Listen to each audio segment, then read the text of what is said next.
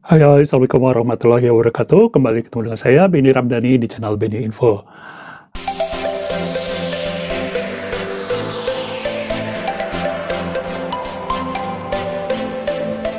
Hai guys, kali ini saya akan membahas sosok 5 penulis yang dalam hidupnya hanya sempat menerbitkan satu novel. Betul, satu novel. Tapi novel yang mereka terbitkan itu novel yang keren punya ya. Bahkan beberapa kritisi menyebutnya sebagai masterpiece. Banyak orang yang memuji karya mereka. Siapa aja 5 penulis tersebut? Oke, akan saya bahas satu persatu dan juga bahas novelnya sedikit, biar kalian sebagai penulis atau calon penulis bisa menjadikan karya-karya mereka sebagai referensi ya, karena menurut saya memang layak untuk kita jadikan referensi atau sumber belajar kita dalam tulis-menulis. Oke, sebelumnya jangan lupa untuk subscribe channel ini. Terima kasih banyak yang udah subscribe channel ini, yang udah komen, like, dan share juga. Terima kasih banyak. Well, langsung aja sekarang check it out. Yang pertama ada Anna Sewell. Anna Sewell ini kelahiran 1820. Kalau masih hidup sampai sekarang usianya udah 200 tahun. Ya, walaupun dia udah nggak ada, tapi karyanya sampai sekarang masih dinikmati oleh banyak orang di seluruh dunia. Oke, sekarang kita bahas dulu Annanya ya. Jadi Anna ini dididik di rumah ya, karena pada saat itu anak-anak perempuan belajarnya memang di rumah. Dan Anna punya seorang ibu penulis cerita anak, jadi dia banyak belajar sama ibunya. Pada usia 14-15 tahun, Anna mengalami kecelakaan yang membuat patah pergelangan kakinya sehingga dia jalannya susah dan harus memakai kruk. Kalau dia pergi jauh, dia harus naik kereta kuda. Karena keseringan naik kereta kuda, akhirnya Anna jatuh cinta beneran sama kuda. Dia jadi penyayang kuda dan pada usia 50 tahun gitu ya, dia mulai berpikir untuk menulis novel tentang kuda. Ya, prosesnya lumayan panjang ya, dari mulai dia curhat-curhat sama ibunya, kemudian akhirnya dia berani menuliskannya dan pada usia 57 tahun, dia berhasil menerbitkan buku berjudul Black Beauty.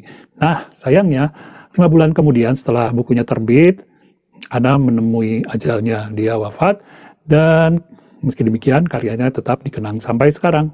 Well, dengan demikian Anna hanya berhasil menerbitkan satu novel dalam hidupnya. Ya, dia nggak mungkin ya bikin lanjutannya karena sudah tidak ada. Oke, apa sih sebenarnya cerita novel Black Beauty itu? Ya, Black Beauty itu menceritakan kehidupan seekor kuda dari sudut pandang kuda. Beda ya, sudut pandangnya jadi dari kuda, semacam fabel gitu. Nah, si ibu dari kuda yang bernama Black Beauty ini, karena dia berwarna hitam, mendidik si Black Beauty ini dengan penuh kasih sayang, dengan penuh welas asih, sehingga si ibunya juga berpesan bahwa kehidupan kuda itu tergantung dengan pemiliknya. Nah, si Black ini menjalani kehidupan dengan macam-macam pemilik. Dari situlah kita dikenalkan berbagai macam karakter pula. Jadi intinya adalah novel ini banyak bercerita tentang berbagai macam karakter dan cara menyikapinya.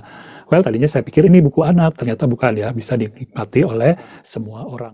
Yang kedua ada Edgar Allan Poe. Edgar dikenal sebagai mungkin ya bapak cerpenis di Amerika sana, dan genre yang dia geluti adalah thriller dan horor. Sebagian menyebutnya dia juga bapak horor. Wah, bapak-bapak semua nih ya. Yang jelas dia hidup benar-benar dari menulis cerita pendek, dan dalam sepanjang karirnya sebagai penulis, dia hanya sempat menerbitkan satu novel. Ini dia judul bukunya. Ya, susah ya. Oke, Edgar Allan Poe ini, kalau saya ingat-ingat, dia produktif nulis cerpen, tapi cuma berhasil menerbitkan satu novel. Jadi ingat beberapa teman saya juga, banyak banget mereka itu kayaknya produktif banget kalau nulis cerpen ya. Jagoan lah, sering dimuat, sering, ya pokoknya produktif. Bahkan buku-buku kumpulan cerpennya banyak. Cuman kalau disuruh bikin novel, napas mereka ya kependekan mungkin ya. Jadi nggak berhasil, malah susah. Kalaupun berhasil, lihat kayak Edgar Allan Poe tadi, paling cuma satu dalam seumur hidupnya. Makanya kalau ada teman penulis cerpen yang kesulitan menulis novel, saya suka menyebutnya Edgar Allan Poe Syndrome. Jadi mirip-mirip Edgar gitu loh. Lebih suka atau lebih gampang menulis cerpen tapi payah kalau nulis novel. Ya nggak apa-apa, karena semua penulis kan masing-masing ada bidang yang dikuasainya. Gitu bukan? Ya, novel The Narrative of Arthur Gordon Pym of Nantucket, ribet. Ini sebenarnya bercerita tentang petualangan seorang pria muda bernama Pym dengan perahunya yang udah terkoyak sampai ia kemudian ikut perahu paus gitu ya. Dan di perjalanan dia menemukan berbagai pemberontakan dan juga kanibalisme benar-benar menegangkan ya, sesuai dengan julukannya dia sebagai bapak penulis thriller dan horor ya. Dan kalian kayaknya nggak tahu suka atau enggak ya, saya pernah baca PDF-nya, menurut saya agak seram ya untuk pada saat itu, kalau bacanya saat itu, kalau sekarang sih ya biasa-biasa aja. Dan menurut saya juga ceritanya itu black gitu ya, buram gitu, karena si tokohnya itu benar-benar harus melakukan perjuangan untuk hidupnya. Sayangnya cuma satu novel ya, mungkin kalau dia nulis beberapa novel akan jadi. Nomor 3, penulis yang cuma sempat menerbitkan satu novel dalam hidupnya adalah Emily Bronte ya. Emily ini menerbitkan satu novel yang sangat terkenal berjudul Wuthering Heights. Jadi si Emily ini memang sebenarnya lahir dari keluarga penulis. Saudaranya ada yang penulis, pokoknya keluarganya emang keluarga penulis ya. Sehingga tak aneh kalau Emily juga menulis, walaupun cuma satu novel. Sebenarnya juga si Emily ini dulu awal menulis pakai nama samaran ya. Kemudian ya karena kakaknya memberitahu, terus beberapa saudaranya juga memberitahu, terbitlah pakai nama Emily Bronte. Karyanya yang berjudul Wuthering Heights ini awalnya juga sempat dikecam oleh banyak kritisi. Karena apa? Karena ya banyak hal yang tidak lazim lah dalam novel tersebut, sehingga kritisi pada saat itu menganggapnya aneh. Kalau untuk kritisi atau pembaca saat ini malah karyanya itu dianggap keren ya, karena udah beda banget sama novel-novel yang dibuat pada masa itu. Nah, Wuthering Heights sendiri sebenarnya ceritanya tentang apa sih? Well, teman-teman, novel ini udah ada filmnya juga, jadi kalian kalau misalnya agak kesulitan menikmati novel klasiknya, kalian bisa nonton filmnya. Jadi ceritanya sebenarnya adalah tentang anak berkulit hitam diangkat oleh keluarga bangsawan. Nah, dari situ anak ini akhirnya menimbulkan semacam cinta segitiga gitu, dan akhirnya juga menjadi, karena ada cinta tak terbalas, menimbulkan dendam, kemudian ada soal warisan juga.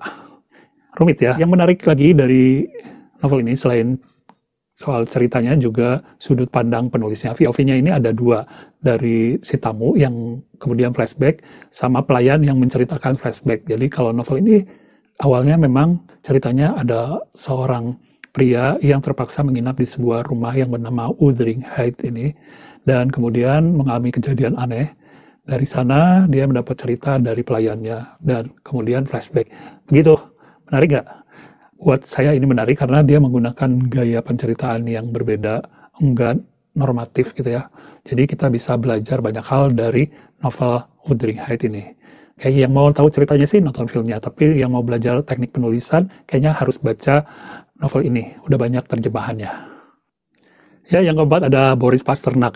Dia sebenarnya seorang penyair ya, penulis puisi terkenal di Rusia pada tahun 19 pertengahan gitu ya. Nah, Boris ini pada tahun 1957 melahirkan satu novel berjudul Dr. Zhivago. Tentu saja penggemar puisi-puisinya sangat sukacita karena ya udah terkenal lah dia. Tiba-tiba bikin novel, siapa yang gak girang coba. Cuma sayangnya karena pemerintah Rusia saat itu sangat ketat aturannya, novel itu nggak bisa terbit. Boris nggak habis akal, dia langsung mengirimkan naskahnya ke luar Rusia, dan di luar Rusia novel itu terbit dan meledak. Bukan cuma meledak, mendapat penghargaan Nobel untuk kategori sastra perdamaian. Sayangnya pemerintah Rusia melarang Boris untuk mendatangi acara penyerahan hadiah di Swedia. Kemudian ya Boris ya nggak mau ya ikhlas aja lah, udah deh daripada gue dihukum, mungkin pikirannya gitu ya. Well, teman-teman, tentang apa sih Dr. Zhivago itu sampai segitu hebohnya dan dapat sastra perdamaian? Sebenarnya ini perpaduan temanya antara romance dan juga politik ya, politik pada saat itu. Ya, novelnya sendiri menceritakan perjalanan hidup seorang pria bernama Yuri Zhivago yang kemudian dia menjadi seorang dokter. Dia juga menikah dengan seorang wanita bernama Tonya dan punya anak bernama Sasha. Melalui perjalanan hidup yang demikian beragam, pindah-pindah juga, Yuri kemudian bertemu dengan seorang wanita yang punya pengalaman hidup yang panjang juga. Mereka bertemu dan Yuri selingkuh, saling jatuh cinta gitu ya. Sampai setelah sekian lama akhirnya Yuri memutuskan untuk mundur dan mengakui perselingkuhannya kepada istrinya.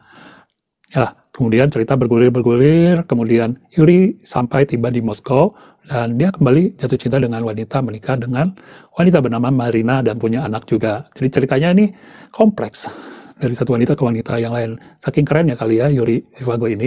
Dan dia juga punya anak-anak yang ternyata dari Lara pun punya anak, yang akhirnya menyatukan para anak-anaknya ini. Menurut saya, novel ini recommended banget buat kalian yang ingin belajar ya penulisan sastra mungkin ya, dari Rusia, beda soalnya, beda banget. Dan juga kalian bisa belajar banyak hal kalau bikin cerita dengan konflik antara romance dan politik itu yang gimana sih yang bagus. Oke, selamat membaca. Yang kelima, dia adalah J.D. Salinger. Bacanya benar nggak ya? Ya, penulis satu ini boleh dibilang produktif dalam menulis cerita pendek juga, tapi cuma sempat menerbitkan satu novel sepanjang karirnya sebagai penulis. Ya, judul novelnya sangat terkenal, The Catcher in the Rye.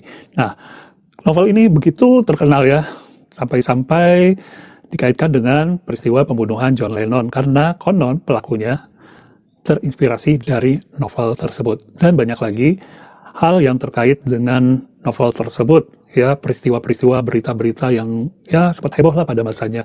Novel tersebut terbit pada tahun 1951. Ceritanya tentang apa sih novel tersebut sebenarnya?